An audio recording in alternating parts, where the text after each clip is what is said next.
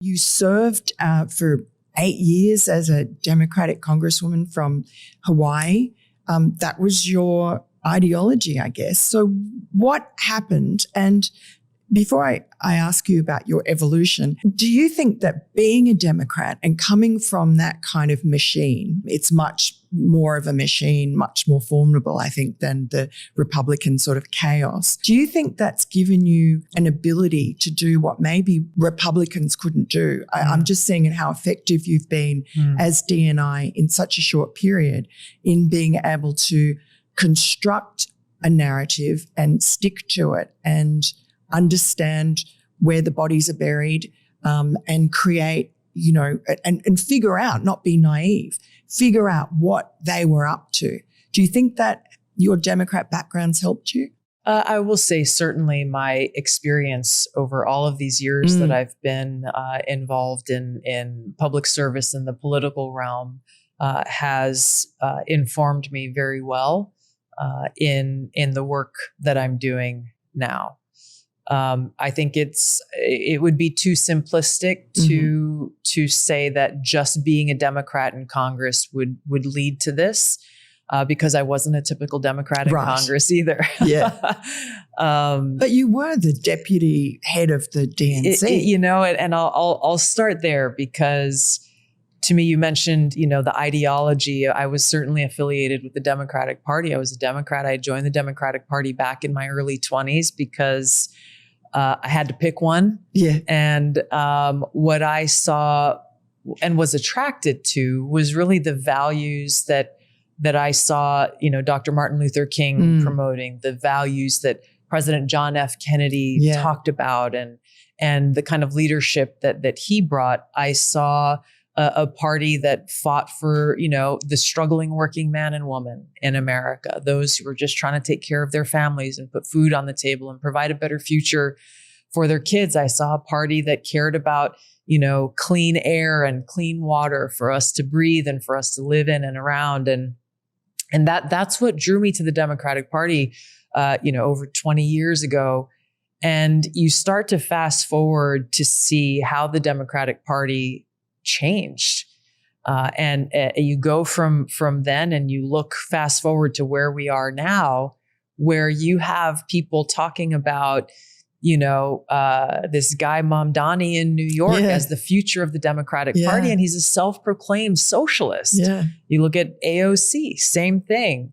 And if only the Democratic Party of today had the intellectual honesty to really question themselves about what party would President John F. Kennedy most align with in today's world we live in? Look at RFK Jr. That's right. And you. That's right. Two of, the brightest talents that have come out of the Democrat Party in terms of leadership. And have been rejected. And were rejected. By the Democratic Party. Yeah. And really seeing, again, the Democratic Party used to be the party that really championed free speech. That even if there was fierce, even if there was fierce disagreement, recognizing that you have the right to free speech just as much as I do, and seeing the value in the robust debate that is the public town square of America. This is America. This is what we were founded upon. And so you mentioned, I think the word you used was chaos in the Republican Party. Yeah. But, if we as Americans look at the founding of our country and we look at the Constitution and our Bill of Rights, and the Declaration of Independence, these documents that are the fabric and foundation that make us who we are. And then you look at the two political parties that we have today, and in the Democratic Party, and yes, I have experienced this in great depth, how the overarching message is comply or else. Right. Here's the narrative. Here's the talking points. Stick to the talking points or else. You will face retaliation. You will face some kind of, public punishment or smearing or whatever the tool or mechanism is. And therefore directly limiting any kind of free speech or real true dissent, like actual dissent on the issues that matter, any real true robust debate. And then you look at the Republican Party and people can criticize this person or this debate or argument or whatever. And yeah, it can be really messy sometimes. Yes. But when you look at our democratic republic and a country that was founded on the principle of freedom, true freedom and free speech, well, guess what? This is what you get. And in President Trump's administration here, as you talked about both now Secretary of Health and Human Services, Bobby Kennedy, I'm here. There are others who are now a part of the team who or former Democrats or who, maybe voted for Barack Obama in a previous election, all coming together because in President Trump, we're seeing this unique and incredible coalition of Americans who are seeing beyond party lines and are attracted to common sense leadership, who are attracted to, in President Trump, somebody who is actually standing up for working men and women in this country. President Trump, who led the passage of, the One Big Beautiful Bill that says, no, if you're a waiter working in a restaurant and you're struggling to make ends meet, the government shouldn't be taxing you on your tips. Right. No tax on Social Security income. So very real practical decisions that our president makes. And I'm grateful to be in the room when some of these decisions are being made and some of these conversations are being had where he really just looks at, okay, what makes sense? What's in the best interest of the American people? What's in the best interest of strengthening our ability to live in a truly peaceful, prosperous, and free nation. It is so refreshing. And you look at his victory in 2024, an unprecedented historic win.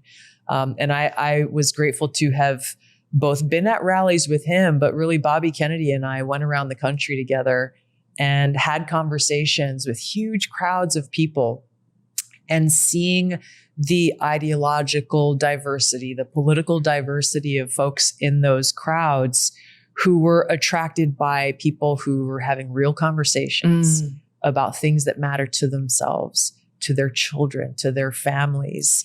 And what was when you first started doing that with Bobby Kennedy, what was your relationship with him? Did you ever to each other marvel at how two Democrats, he's from this storied Democrat family that, I don't think any family is more iconic in that party than the Kennedy family. And he had his own relatives attack him for it. Yeah. Did you share We didn't spend too much. We didn't really spend any time kind of marveling at the moment. I think both of us have been, or we were very mission focused. Right. Both of us came to our own decisions to endorse President Trump in the 2024 election. Was that in part a sort of a hostility to Biden, or? We had very clear reasons. There were obviously a lot of criticisms of President Biden and his administration. I wrote a whole book about it. About why I left the Democratic Party and was urging others to do the same.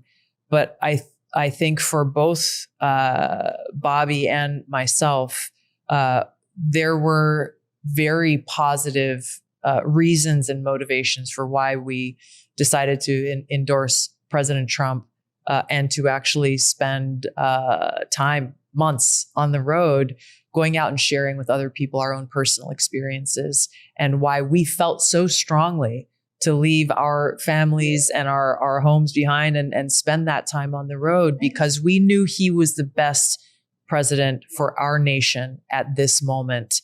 And look, it's been 6 months and the president is delivering on his promises. And could you see yourself going back to the Democratic Party? A country with only one healthy party is not going to do very well. Yeah. So could you see yourself or a group of people trying to restore the Democratic Party, trying to resuscitate it? Is that possible? The Democratic Party has become more and more unrecognizable to me now. Certainly when I left the Democratic Party, I tried for a long time to bring about change within the Democratic Party, to bring it back to the party of JFK. And time again, what I faced was quite extreme resistance. from within the Democratic Party. I remember as I was running for president in 2020, at I think it was one of the debates that we had, I talked about bringing the Democratic Party, wanting to revive kind of a new Democratic Party that would bring it back to our roots of fighting for the people, of fighting for free speech. And I was ridiculed. I was ridiculed at that Democratic event for having the audacity to say such things. And then that was, 5 years ago. Now you look at where we are today. The Democratic Party has rapidly become far more and why extreme. Why? What happened? What went wrong? It's, you can point to a lot of different moments, but really fundamentally, the Democratic Party is not rooted in any true, is not rooted in the Constitution.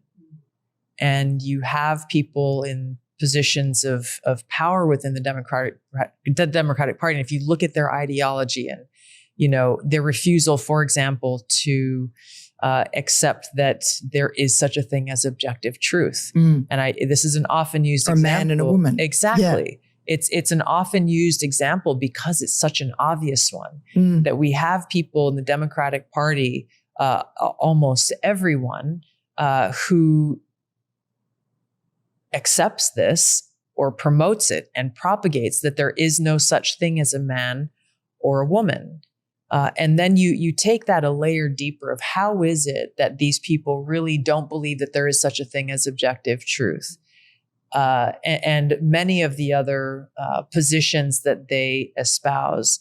And fundamentally, it's a spiritual problem where they are putting themselves in the position of believing that they are God, and therefore they are the ones who designate what is true and what is not, what is right and what is wrong. And that's, the most dangerous thing when we look at this whole debate around, what is a woman, what is a man, the denial of objective truth. Once you deny objective truth, you remove all boundaries in society. And it puts themselves in a position, again, where the thing they care most about is power.